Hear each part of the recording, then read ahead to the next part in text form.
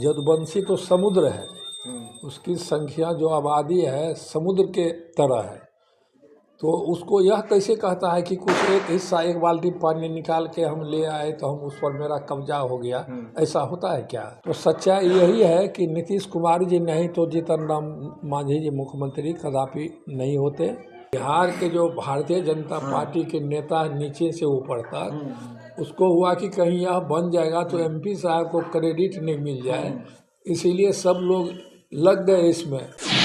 नमस्कार, सरफराज आलम इस वक्त खास बातचीत के लिए हमारे साथ मधेपुरा लोकसभा के जदयू के सांसद दिनेश चंद्र यादव जी इस वक्त हमारे साथ मौजूद है।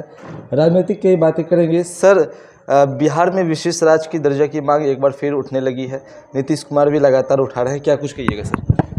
देखिए, माननीय मुख्यमंत्री जी तो पहले से, और उन्होंने खुद अपने नहीं बल्कि सभी राजनीतिक दल के लोगों से मिलकर विधानसभा में कई बार प्रस्ताव पास हुआ और लोग भारत सरकार में भी जाके माननीय प्रधानमंत्री से मिले कि बिहार की जो आबादी है और इसका जो घनत्व है आबादी का, और यह पिछड़ा राज्य है, इसमें आधे हिस्से में बाढ़ और आधे हिस्से में बराबर सुखाड़ रहता है और ठीक से लोग खेती भी नहीं कर पा रहे हैं। तो भारी परेशानी में लोग हैं, कोई विकास नहीं होता और जो उद्योगपति है उसको सहायता उस तरह से नहीं मिलती जो विशेष राज्य के दर्जे मिलने से होती। तो यह मांग तो पहले से भी करते आ रहे हैं और इधर भी किए हैं। तो यह तो बिहार का हक है, कोई भीख नहीं है, बिहार का हक है।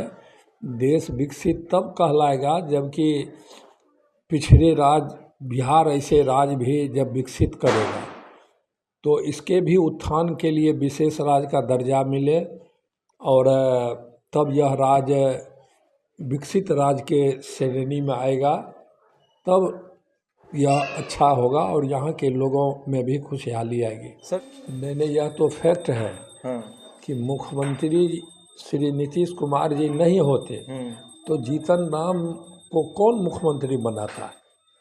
जीतन राम जी को कोई मुख्यमंत्री बनाता नहीं और उन्होंने उनको राज्य के सबसे सर्वोच्च स्थान पर बैठाया माननीय जीतन राम मांझी जी को, और फिर बनने के साथ ही बगावत पर उतर गए।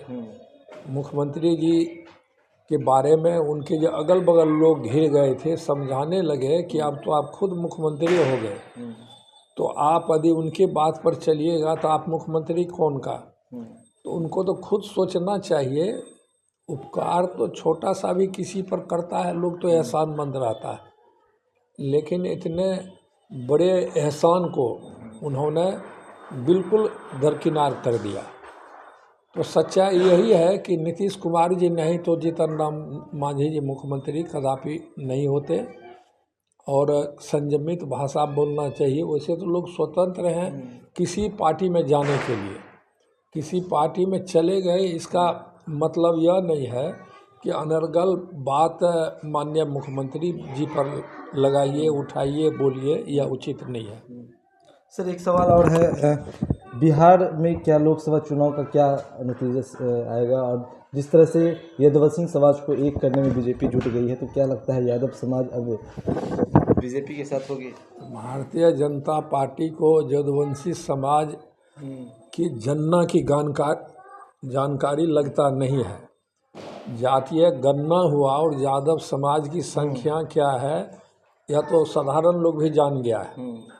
तो उसमें जो थोड़े से लोग को जुटा के वो कहते हैं कि हम यदुवंशी को हम एक कर लिए, यदुवंशी हमारे तरफ आ गया, तो कहाँ तक यह सही होगा?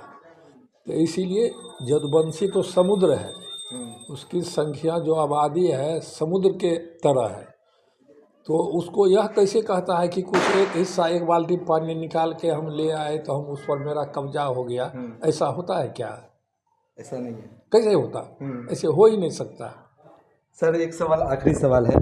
सहरसा की समस्या है और ओवरब्रिज को लेकर लोग लगातार ये समझना चाह रहे हैं कि आखिरकार मामला कहाँ तक पहुँचा है, क्या कुछ कार्रवाई उस पर हुई?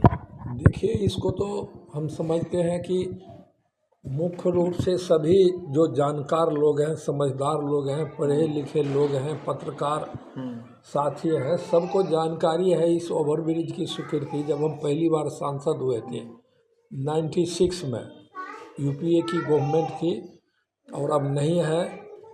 आदरणीय स्वर्गीय रामविलास पासवान जी रेल मंत्री थे।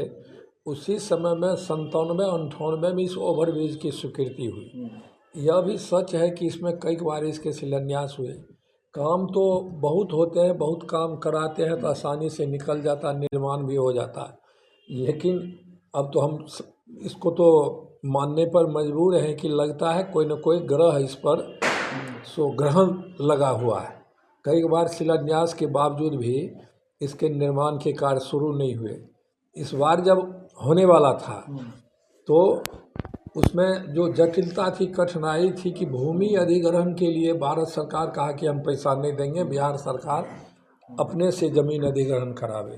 तो माननीय मुख्यमंत्री जी ने 104 करोड़ रुपया इसमें जो दुकानदार भाई का ज़मीन जाएगा उसके लिए 104 करोड़ रुपये का प्रावधान किया ज़मीन अधिग्रहण में। लेकिन कुछ दुकानदार हाईकोर्ट चले गए और हाईकोर्ट गए तो उस पर हाईकोर्ट ने वर्बल ऑर्डर दिया कि रेल को विचार करना चाहिए, अल्टरनेटिव कोई व्यवस्था इसका है क्या।